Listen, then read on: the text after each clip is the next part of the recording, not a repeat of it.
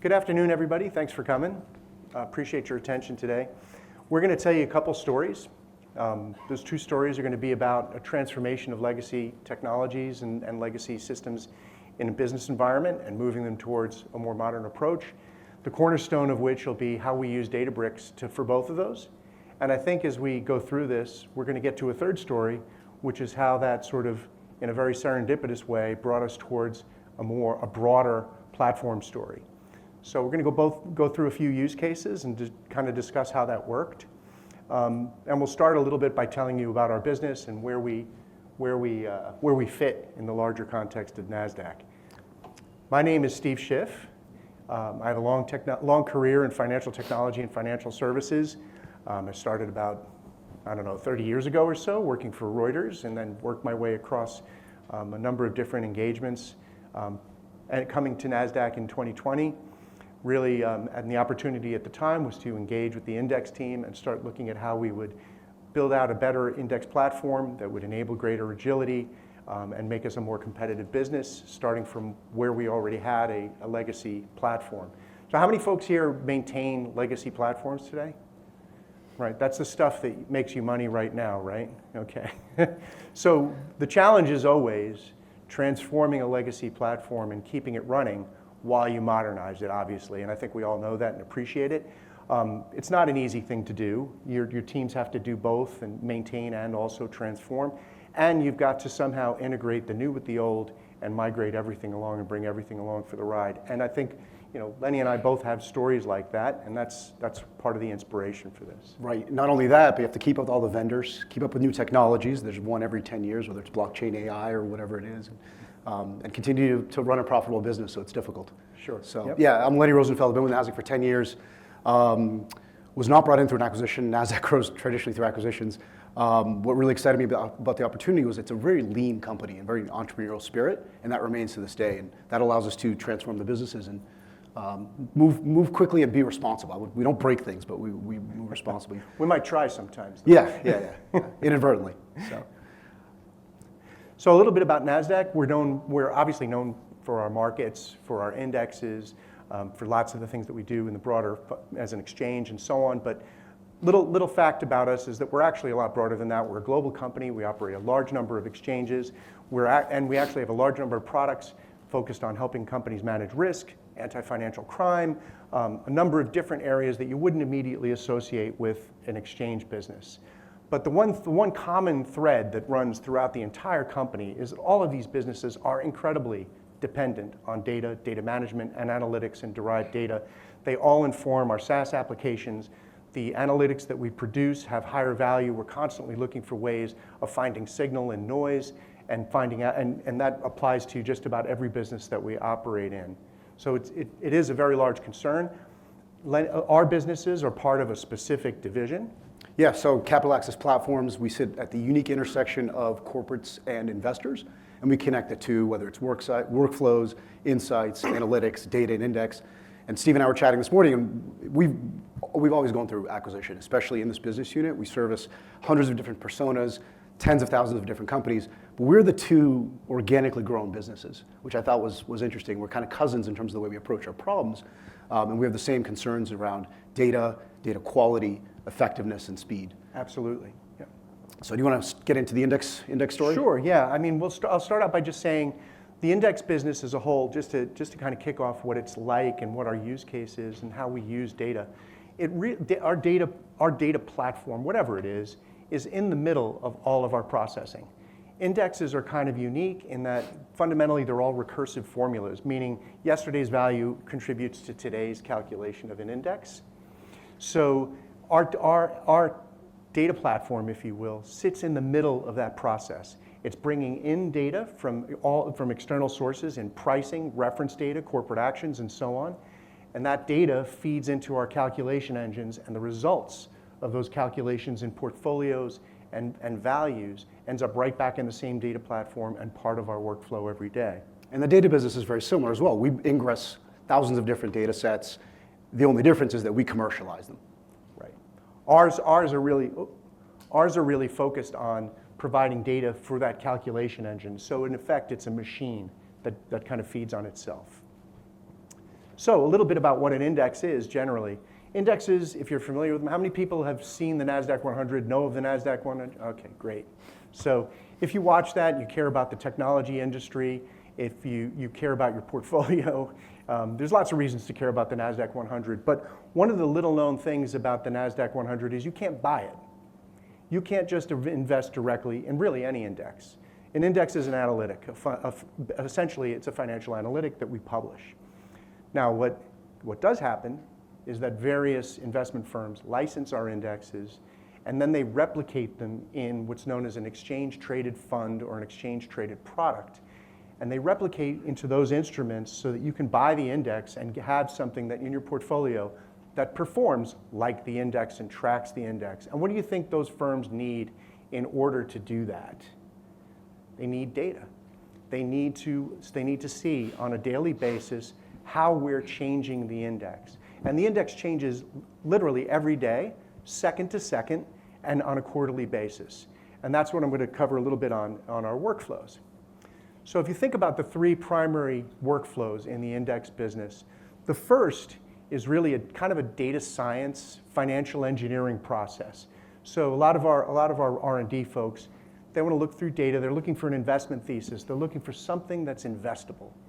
So they start out with a premise, like what if we want to have pharmaceutical companies of a certain size, for whatever reason, we'll pull that together. There'll be a number of metrics they'll use, and they'll go into a source of data. They'll perform a bunch of queries, and they'll get back a list of companies that might fit their investment thesis. What they do then is they work out a calculation method for how they want that index to be calculated, and then they'll backtest it. And they'll backtest it over a period of years and see how that index might have performed in different trading conditions, in different market conditions, in different economies. And that's effectively the R&D process. Once an index is defined, well, now we're in production. So the index moves into a production process. And there are several production processes, one of which is the quarterly process, what we call a reconstitution or a rebalance of an index. And that process is rerunning the model on a quarterly basis as filing information, 10Ks are issued, and so on. As that information changes, it might change the selection of companies that are in the index. And we adjust the index on the date that goes effective. So that's what we would call a quarterly process. The next process is daily and even second to second, and that's the calculation of indexes. As companies issue dividends, as corporate actions happen, delistings happen, market events occur, again, companies move in and out of an index, and the calculation of an index and its members may change, even on a daily basis. All of those data sources have to go to companies that invest against our indexes so that they can adjust their indexes to match, their ETFs to match. Now, one thing to note is when we get it wrong at Nasdaq, we might have the wrong value of an index, but when we get it wrong and we transmit that information to people who are building products against our index, that costs them money. Like they have to readjust on the basis of our mistakes. So it is of paramount importance in the index business to get everything right in what we call a complete, accurate, and timely conditions. So all three of those dimensions matter enormously for indexes. And there's a fourth, which is that we have to maintain all data sources bitemporally, which means if the past is corrected, we can take that correction and apply it to the index. Because if you'll recall, I said earlier, is that indexes are recursive. So a mistake that was made 10 days ago will affect today's value, right? So these are all attributes that are really important in our workflows. So where we began, I love this slide because it's like the typical, here's our mess. When the first time I saw this slide, I said, this looks like a three-ring circus. And in fact, that's kind of what it was. So if you recall the three workflows, the original conception of the index system at Nasdaq was that there are three workflows, so we have three systems. So three systems, three databases, three different sets of data, three different sets of normalization. So all of that is problematic. All of that is potential for errors. It requires manual handoffs, which complicate our entire workflow. And I would say data in that regard was very similar and is very similar today. The data scientists and the researchers and the product developers were using different tools, and they'd hand off to data engineers, and the data engineers would just rewrite their code. right? And the software engineers were there to build tools for those. That's never a problem. That's never a problem, right? Yeah, everything was always right and great. So, but really, what Steve will show on the next slide is unified toolchain. Yeah. So, when we first started thinking about re-engineering the index system, there were several things that popped out at us. One, if you look at the funnel at the top is really the need for a data platform that unifies all the data that's coming in and masters it. The second thing that we realized is when we had the 3 workflows, guess what else was scattered across 3 different systems? The configuration of the index. So all of the analytics to do the quarterly processing were in one system, the analytics to do the calculation were in another, and the analytics to do the actual maintenance of the index on a daily basis in a third system. So when you go to actually put this together, the process of doing QA and testing and making sure you got it all right is overcomplicated again by the 3 different approaches. So the major realization in our re-engineering effort was the idea that we would have a central configuration database for all of those different workflows, and that instead of having that information in code, the calculators would actually be really dumb. So all they would do is read the configuration and do what it says. So we built the calculation engine to simply operate off the configuration. So this is, if you think of a player piano, that's exactly the model. The sheet music's in the configuration, and the player piano doesn't know anything about anything other than processing that data.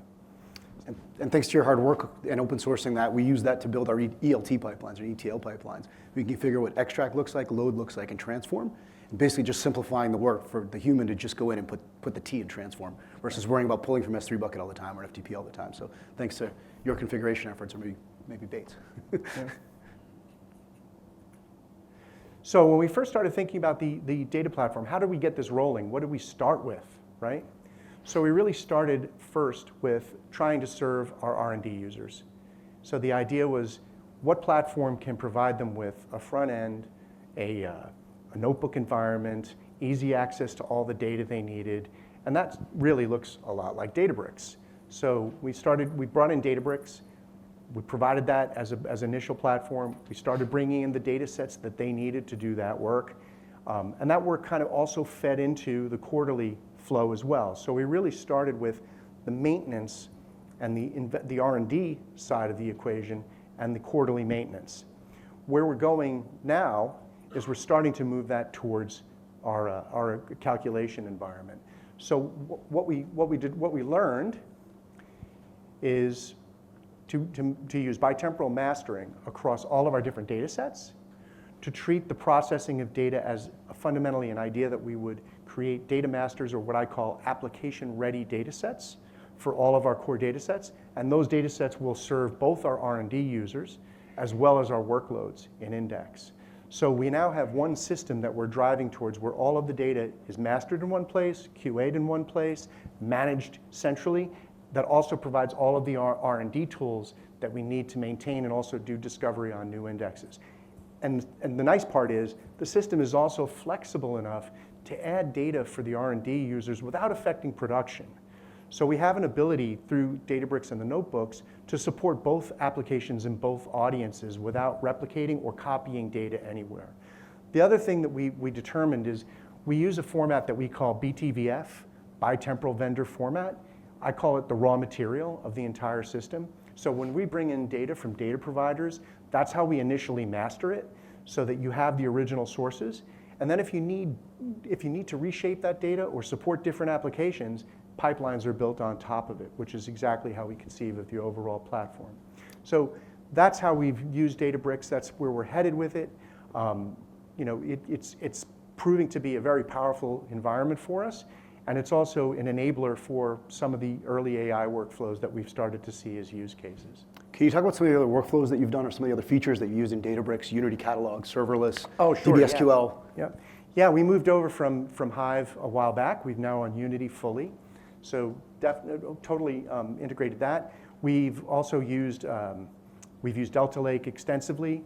I'm just thinking through what are some of the other features. We have one here. Kafka, you read off of That's right. Batch Yes, process, thank you. Microbatch. So a lot of what we've had to do is read off both streaming sources as well as our ingest sources, which are fundamentally like FTP sites or replicated periodic daily content. So we're always taking that and bringing that together across the entire environment. So we have streaming, FTP, even in some cases, replicated databases, all feeding into Databricks at the moment. Thanks, Lenny. Yeah, welcome. Oh, data, thank you. I'll take There the you go. clicker. Yeah, so data actually is, like I said, we're cousins. We do something very similar, but at the end of the day, our value is a data product, right? That is actually what we license, and that's what we sell, and that's what our users buy. And really, we provide data and information for decisions, right? So people take this kind of raw materials themselves and put it into their engines. And we deal with pretty much every velocity, variety, and volume you can think about. We've got data that is 1 byte all the way up to unstructured PDFs, which may be megabytes. We deal with data that comes in at a millisecond, microsecond level, all the way to data that comes in like every 7th Tuesday of the year. I mean, we have a data product like that. It's bonkers. And then in terms of columns, I mean, there's data that we deal with that may be thousands of columns, maybe a few rows, and everything from, I know Eli is smirking, but data that is like 2 columns and a billion rows, right? So we see pretty much every single pattern out there in terms of the data that we work with. And generally we work across 3 different types of data in the data product. We work across our own proprietary data that comes off of our exchange or derived data products. We work off of vendor data, so there's vendor data that we will bring into our environment and that we'll license, and then we'll work with alternative data. So we take different data sets, put them together, and create a new unique insight or a new signal that we then will license as well. And so our real value is this concept of a data product, right? And a data product, what makes it unique is that it has to be valuable, right? We have to derive some economic value from it, right? Our customers that pay for it have to derive economic value from it as well, right? It has to be accessible, right? So we have to meet our customers where they're at, right? Whether it's APIs, files, SQL, streaming, a variety of interfaces, delta sharing, as well the various marketplaces that we might distribute our data. And it has to be reliable, right? There are SLAs that we have to meet. There's quality that we have to meet as well. And so this is all expected, and this is our product, right? While we might have APIs and sockets and file experiences, it's really the data at the end of the day. The data product itself is what we're licensing. And so the journey of a data product is actually quite long. And even with AI, I think it kind of exacerbates this problem. You do have to follow many of these steps for every single data product, right? You have to bring it into your environment, right? And that has to be trustworthy and reliable, right? You have to clean it, normalize it, map it, create documentation, create SLAs, create quality control, create product pages, have samples, layer over entitlements, right? So sure, we will be able to use agents to create much of this, and that's their intention is, but you're only getting value after the snake is complete. So put another way, until that product is on the shelf and somebody can buy it, we're actually not making money, right? Our customers can't use it for anything. So our main objective is to shrink this timeline. And over the last year working with Databricks, we have shrunk this, but we still have some ways to go. We're still in kind of the weeks and months, right, time frame, and really what we need to get down into the days and weeks, right? So it's driving down the cost of putting the products on the shelves and getting the products on the shelves faster. That's ultimately our value proposition. And that's how the data business works. We have a data platform, and not every data product goes through this data platform, but you can see the variety of different mechanisms that we get the data into our environment, whether it's object stores, streams, databases, and then we have to store it, right? So we have to have special feed handlers and loaders and a complex orchestration layer that knows how to handle and work with the thousands of different data products and different providers, and the different intervals of the data as well. Right? We need a strong metadata layer, right? We have to understand what's in the data, what is the schema, what are people allowed to do with it, right? We're now grappling with fair use for AI, right? That's a brand new concept for us as well, is could this data product actually be licensed for AI? We have fine-grained entitlements as well. We can go down to the cell if we need to. We discourage the entitling products by that, but we have fine-grained entitlements so we can have a fairly sophisticated licensing model as well. And then we need to grant access to that data, right? Whether it's APIs or streaming or sockets, as I mentioned that. So not every data product that we have or every data table will use all of these capabilities, but we need to maintain them. We need to offer them, and we need to meet our customers, where they're at. And so we gave this presentation at DAS Building, and I did. He talked about the data product. I talked about the platform and the modern data stack. But this is where we were in 22 when we gave this presentation, right? So a little bit sprinkling of Databricks, but a lot of open source technologies, and just kind of a hodgepodge, right? It's a platform that's been developed well over 10 years. As you can imagine, kind of the drift and the maturity comes along with that, right? And so it runs on Amazon. It certainly could run on other clouds, which I'm proud of it, but we only run on Amazon. We rely heavily on Kubernetes. That's our scalability. That's our security. That's our configuration and deployment architecture. But we had a variety of other technologies, right? Glue for cataloging. We also used Hive. We use Airflows. We use Kafka to bring the data in real time. We land the data into Postgres, into RDBMS for performant REST response queries. We use Trino to query the data. And so really what we found over, in terms of maintaining this platform with a very lean team is two things. Is one, over time, especially over the last couple of years, really started to focus on just maintaining the platform, right? Another Kubernetes upgrade, another Kafka upgrade, another database upgrade, right? There's this, improvement or patch that we have to make or some STIG violation that we need to do. And really what we started to do was just kind of working with the platform and not delivering any value, right? So, again, our value is to get products onto the shelves faster, but this platform itself, while it is scalable, is really starting to prevent us from doing that, right? And we brought Databricks in about 3 years ago to help with that journey. We realized the value of it. We already started using it. Our data science team uses it, and we started using it in pockets. But we really weren't seeing adoption, right? And so come this year, really starting last year and come this year, this is what our stack looks like, right? The vast majority of it is Databricks. We still have legacy. We're still less than 50% of our data products are on Databricks. But two important things happen is, as of last fall, every single product that we put out for commercialization purposes is on Databricks, right? So as of about 8 months ago, no legacy technology is being used for new data products, number one. Number two, our VIP products, the ones that actually make the highest revenue, the highest grossing products, are also on Databricks, right? So the trust is there. We know that the Databricks platform can deliver on the SLAs and meet our customers where they're at, both using cluster computing as well as serverless computing. So we have that variety. Heavy users of Unity Catalog. It's far better than Glue, far better than doing Hive yourself, I can tell you that. Kafka we still use, that's a delivery mechanism for streaming in the cloud.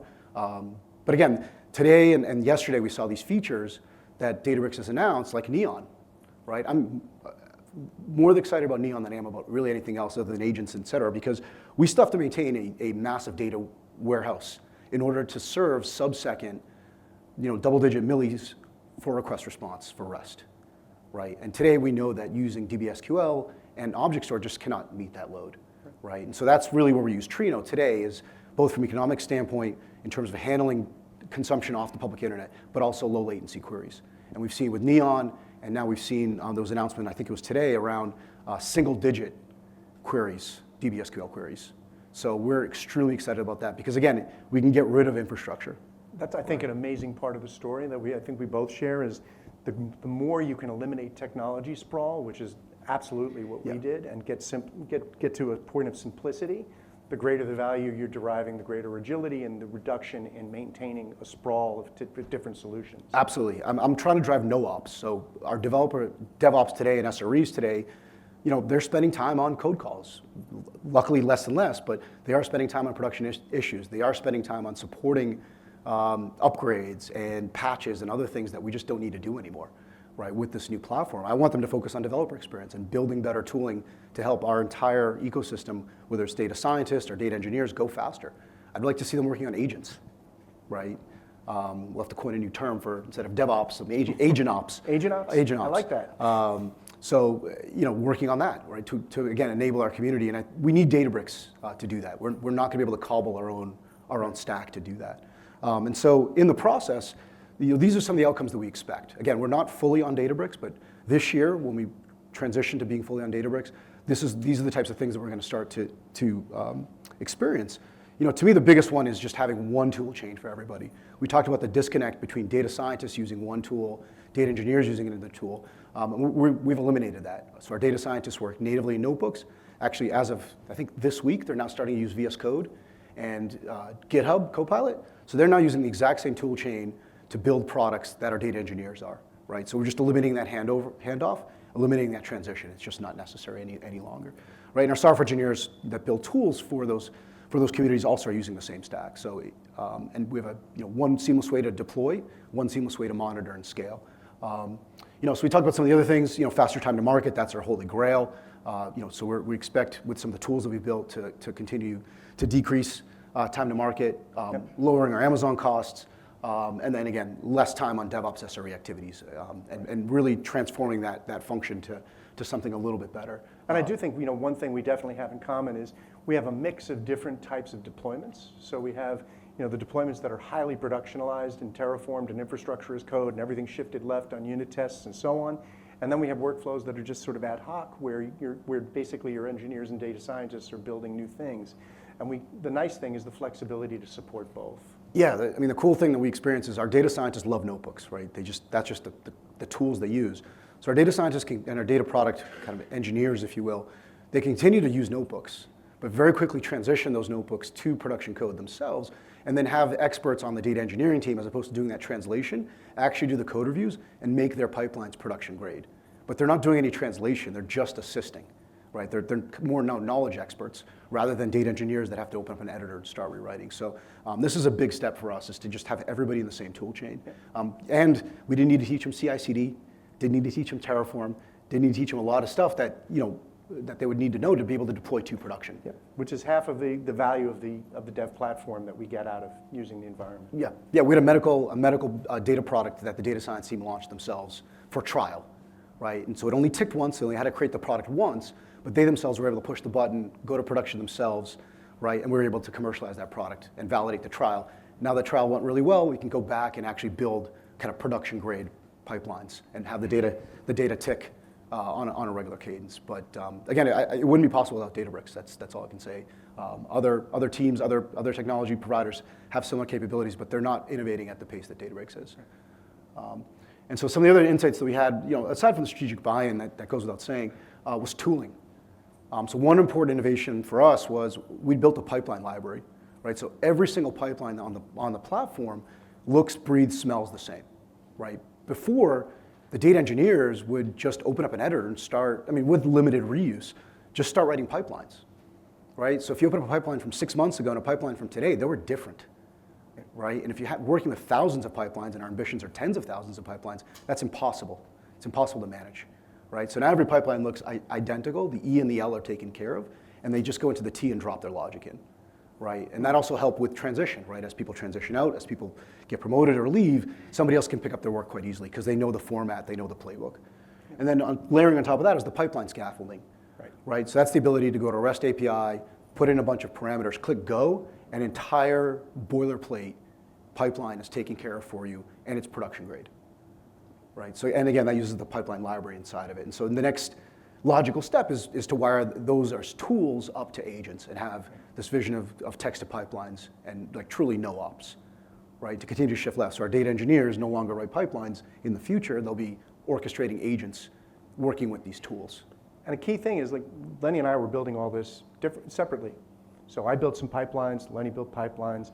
We were doing all this as completely independent efforts, both of us using Databricks in very similar ways, slightly different use cases, but many of the same features were in common. And then we moved on a little bit and we started getting into our division, and the next thing we knew, the company started looking at things as a platform. And we started thinking about, well, what is our overall divisional platform approach to building out systems and eliminating duplication, eliminating waste, and working out how to share things. And the interesting thing was we had started having that conversation kind of naturally, and now we have a divisional effort to start working on building out a platform in its entirety.